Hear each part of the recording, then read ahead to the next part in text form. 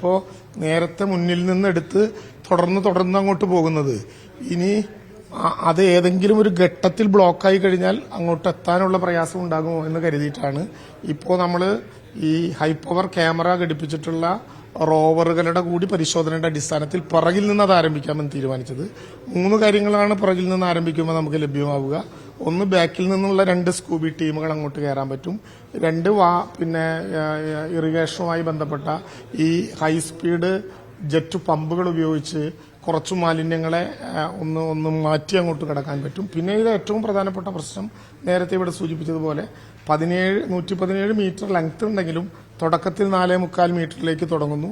പിന്നെ പല ചെറുവഴികളായി കനാല് ഇങ്ങനെ മാറിപ്പോകുന്നു. ഇങ്ങനെയുള്ള സങ്കീർണമായ ധാരാളം പ്രശ്നങ്ങളുണ്ട്.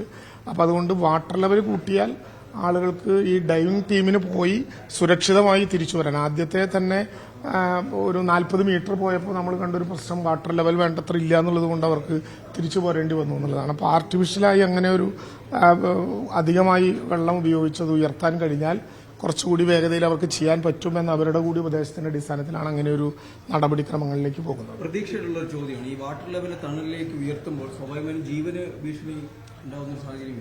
അത് ഏറ്റവും ശാസ്ത്രീയമായ ആളുകൾ, നമ്മളിപ്പോൾ ജനപ്രതിനിധികളോ അതുമായി ബന്ധപ്പെട്ട ഉദ്യോഗസ്ഥന്മാരോ അല്ല അത് ചെയ്യേണ്ടത്. ഏറ്റവും ശാസ്ത്രീയമായി അവിടെ ചെയ്യാൻ പറ്റുന്ന സയന്റിഫിക് ആയിട്ടുള്ള എല്ലാ വിഭാഗം ആളുകളോടും നേരിട്ട് ആലോചിച്ച് കളക്ടർ തന്നെ കോർഡിനേറ്റ് ചെയ്യുകയാണ്. ഇനിയിപ്പോൾ കളക്ടർ തന്നെ പ്രധാനമായും പൂർണ്ണസമയം അവിടെ കേന്ദ്രീകരിച്ച് ആ പ്രവർത്തനങ്ങൾ നടത്തുന്നുണ്ട്. അതിന്റെ അടിസ്ഥാനത്തിൽ ലഭ്യമായ ഒരു വിവരമാണ് നിങ്ങളുമായിട്ട് കമ്മ്യൂണിക്കേറ്റ് ചെയ്യാൻ.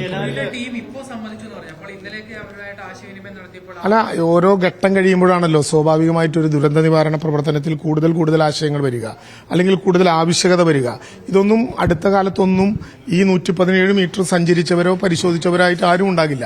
അപ്പോൾ സാധാരണ നിലയിൽ അങ്ങനെ പോകുമ്പോൾ ഉണ്ടാകുന്ന ഓരോ വൈതരണികളെയും കടന്നുകൂടിയിട്ടാണ് വരിക. ഞാൻ പറഞ്ഞത് കമ്മ്യൂണിക്കേഷനിൽ ഇപ്പോഴാണ് അത് പൂർണ്ണമായിട്ട് നമുക്ക് മനസ്സിലാക്കാനുള്ള അവസരം കിട്ടിയത്. അതനുസരിച്ച് മുന്നോട്ട് പോകും. മാലിന്യങ്ങൾ നിറയാൻ തുടങ്ങിയിട്ട് വർഷങ്ങളായി. അപ്പം ഏതെങ്കിലും തരത്തിലുള്ള വീഴ്ച സർക്കാരിന്റെ ഭാഗത്ത് നിന്ന്? നമുക്കൊരു ദുരന്തം ഉണ്ടാകുമ്പോൾ ആദ്യത്തെ ചോദ്യം തന്നെ സർക്കാരിന്റെ ഭാഗത്ത് വീഴ്ചയായി കണക്കാക്കണ്ട. ആരുടെ ഭാഗത്താണ് വീഴ്ചയെങ്കിലും നമുക്ക് പരിശോധിക്കപ്പെടേണ്ട ഗൗരവമായ ഒരു പ്രശ്നമാണ് ഇതിന്റെ ഭാഗമായി ഉയർന്നു വന്നിട്ടുള്ളത്.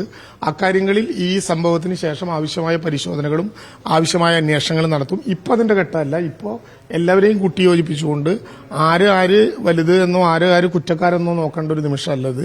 എന്തായാലും ഇത് പല സംഭവങ്ങൾക്കുമുള്ള ഒരു വിരൽ ചൂണ്ടലാണ്. പ്രത്യേകിച്ച് മലിനീകരണത്തിന്റെ തുടർച്ചയായിട്ടുള്ള ഈ കൂടിച്ചേരൽ ഒഴിവാക്കേണ്ടതിന്റെ അനിവാര്യതയൊക്കെ ഉൾപ്പെടെ ബോധ്യപ്പെടുത്തുന്നതാണ്.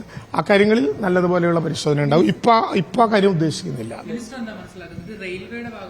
അല്ല, ഞാൻ പറഞ്ഞത്, ഞാൻ നിങ്ങളോട് കൃത്യമായി പറഞ്ഞു. ഞാൻ മനസ്സിലാക്കുന്നതോ അവിടെ പോയി നേരിട്ട് നിന്നവർ മനസ്സിലാക്കിയതോ ഇപ്പൊ വിശകലനത്തിന് വിധേയമാകുന്നില്ല. ഇപ്പൊ ജോയിയാണ് നമ്മുടെ മുമ്പിലുള്ള പ്രശ്നം. ഒരു 3 ദിവസമായിട്ടാണ് അവിടെ ഈ പ്രവർത്തനങ്ങൾ ആരംഭിച്ചത്. 11 മണിക്ക് വളരെ പ്രിയങ്കരനായ ഒരു മനുഷ്യൻ നഷ്ടപ്പെട്ടു. അതിനെ തുടർന്നുള്ള അന്വേഷണങ്ങൾ എവിടെയെങ്കിലും എത്തിയതിനു ശേഷം ബാക്കി കാര്യങ്ങൾ നമ്മളോട് പറയാം. ശരി.